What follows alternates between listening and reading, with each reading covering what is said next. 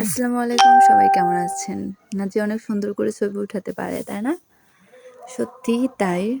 ও একবার ওকে দেখিয়ে দিলেই হয়, ও যেমন তেমন করে বসে থাকবে। আর এখানে তো বাবার জন্য অপেক্ষা করতেছিল। ওকে আমি বারবার বলছিলাম, "চলো রুমে চলো।" রুমে তো যাবেই না। অপেক্ষা করতে, করতে পড়ে গেল। বলতেছে, "আম্মু পড়ে গেলাম।"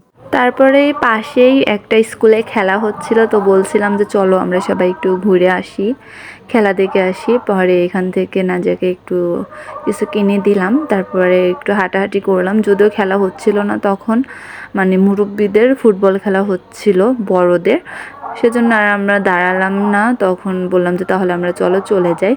পরে ওকে শুধু আমি একটা বেলুন, যদিও বেশি দোকান আসে নাই, সেজন্য আমি একটা আঁক নিয়ে দিয়েছিলাম আর বেলুন নিয়ে দিয়েছিলাম। পরে বাজার থেকে কিছু কেনাকাটা করে পরে আমরা বাসায় চলে এসেছিলাম।